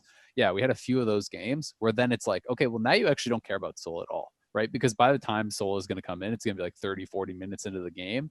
And who cares? Like it's probably going to be decided by then by other things. So I'm really, really curious to see like what is going to develop, because there always are, it feels like some big changes that come out when we go to the knockout stage, right? Like people kind of like pull out their secret cards. They have, very prepped strategies and champions specifically for these BO5s. And that's what makes these matchups, I think, so exciting. Yeah, I think the back and forth draft thing is going to be really interesting because G2 always has tricks up their sleeves, as well as like you said with the macro. All right, predictions. What you got? I'm going last. Dibs last. Yeah, I'm gonna go G2. And I think that maybe this is hard over brain. I don't know, but I think that they can do it. I want them to be able to do it. I want there to be a non-LPL LCK team in the semifinals. I think that's exciting. I think G2 have the best shot for sure because Fnatic unfortunately have top. So this is a doable matchup, and I hope that the fact that G2 has been so successful against the LCK, for a lot of years. Like let me actually find this record. They have. Anyway, I'll find it later. But it's like really, really good. It's something like 15. It's basically the opposite of the LPL. The record LPL team. They beat LCK and then lose to LPL in the finals. Yeah, it's like 15-4 or 15-5, somewhere around that. And it's basically the inverse against LPL. So I have some faith. I think they can do it. I'm going to go 3-2 G2. And I want to hammer that home because I think it is due to this style that I mentioned as being like one of the big things for G2. Why I am also still going to go with them. I don't think you come by that record by chance. It's 12-6, by the way. So I exaggerated that. 12-6. So I am also going G2. As to the score, I think it's going to be a bit closer though, and I would probably do 3-2 G2. That's what I said. I can't tell if Kobe was trolling that or not. I don't think so. I think our brains are all just mush after a month of like sleeping through the day. I don't. Nighttime. I'm just in a permanent fog. I think my body wakes up in the nighttime, and then since it's all dark, it's like you're not awake. I still can't get over the fact that you said 369 instead of Zoom, and then I was like, what an idiot. And then I started talking about 369 for a whole section. I like how you highlighted the different styles. I feel like this is one of those series where one of us is What gonna, an idiot. Yeah. I feel like it's going to be the one where one of us is going to be really wrong. Or like not one of us, but I mean like something's not going to go according to plan because the styles are so different. And like it's actually going to be a series score wise not as close looking. Like I think Perks has been better at Worlds so far, but I still think that's a concern for me looking at playoffs and even some of the games against like TL and stuff. And as far as I would think, Ruler and Life will have even a better time against them. So either I'm wrong and Rascal and this top lane solo carry potential and stuff will actually come through for G2 and it'll be 3-1 in their favor, or I think it'll be 3-1 in Gen.G's favor actually, where because they're so different in their PowerPoints and the way they want to play the game, and even like I mean they're pretty different in terms of matchups we're getting, and I think that's why it'll be 3-1. But I'm going Gen.G, and I hope I'm wrong. Yes, we split on hope one. I'm wrong. Woo! I This think is our this first split. This is the most exciting series Finally. of the Easily. quarterfinals for sure. And I agree. I think you make a point, right? Because it's like I'm looking at through the point of view of like, oh, Perks and Mickey are gonna hold up, and as a result, these other things can happen. But if they don't, all of a sudden it's bot gap every game, and Ruler just carries them through the semifinals. And I'm the same way with Rascal situation. Yep. All right. Well, will be really interesting. I'm super excited for these best five. I hope we're going to have upsets. I hope we're going to have spicy picks. Knockout stage is always a blast. We got an anchor question here. This one comes from Vincent Biever. Hey guys, this is IckyCoffee. I think that TSM was the poison chalice of North America at Worlds this year. Do you think that if TSM would have lost Game 5 to FlyQuest, Team Liquid, or even Golden Guardians in playoffs, we would have had a team from NA make it out of Worlds? Thanks, guys. Love the show. If you guys aren't immediately reacting, I just want to say I hate these takes. I hate these takes. I think, especially with our current playoff format, in the past, maybe you can make that argument with like, oh, 100 Thieves didn't deserve to be here. They're here on the back of their spring split.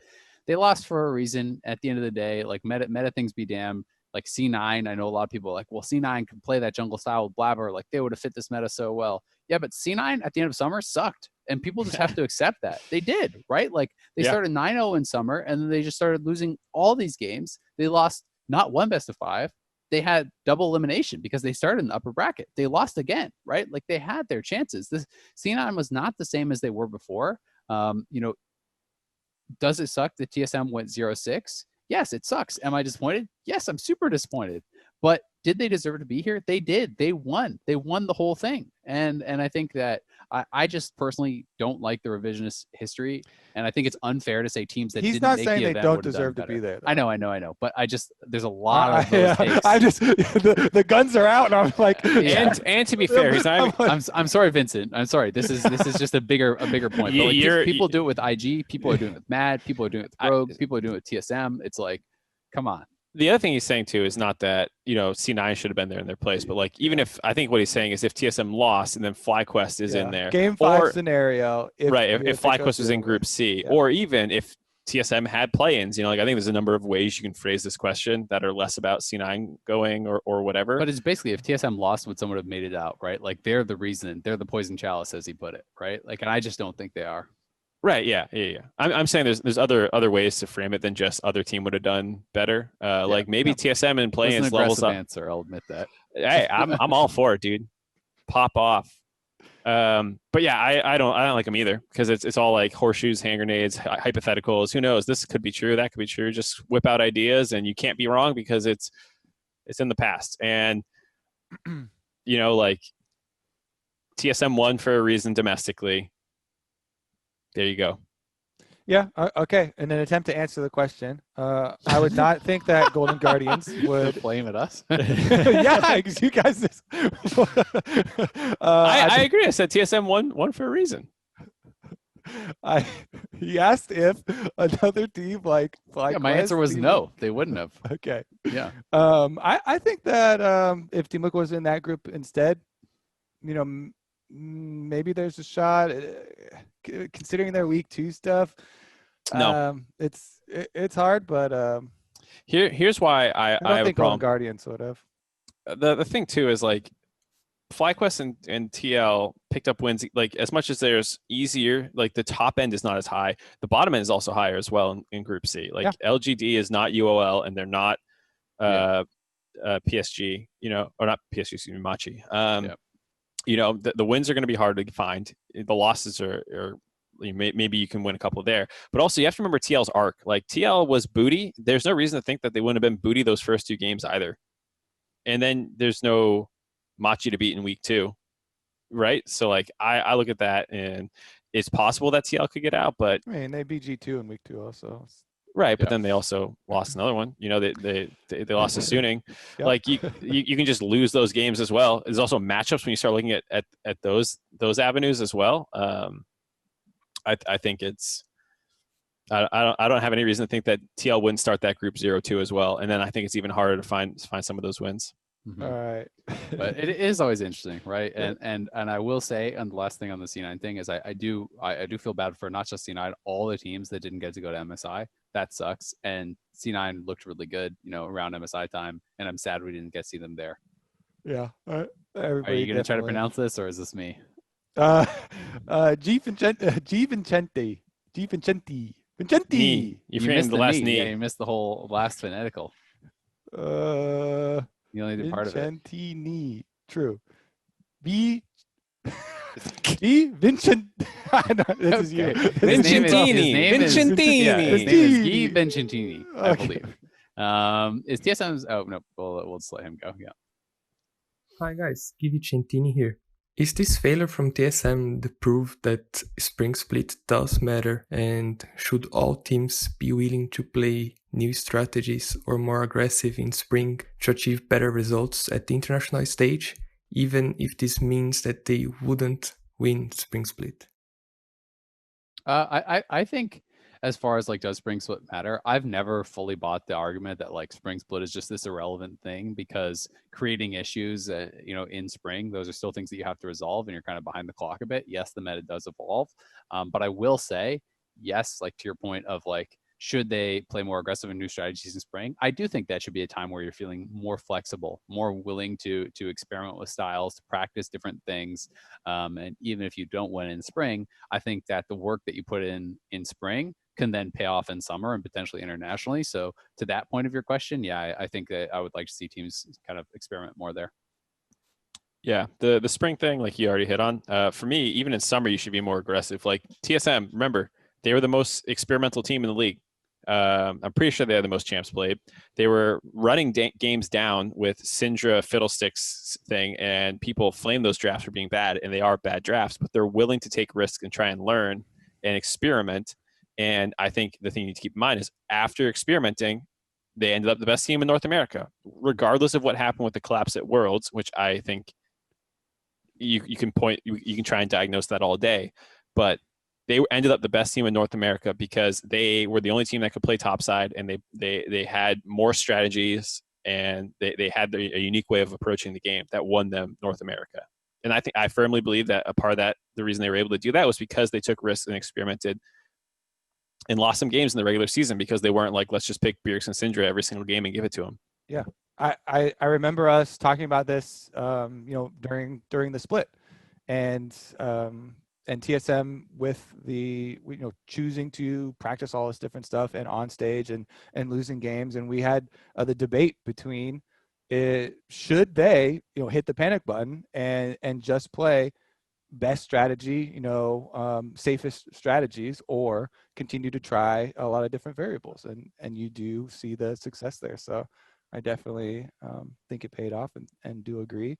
And I'm remembering that I tried and mispronounced his name last time, so apologies to the eternal struggle. Who are you apologizing to? G Vicentini. G Vicentini. Since he sends in a lot of them, I do need to practice this. Yeah, we're gonna learn it. We're gonna improve, Guih. Believe in us.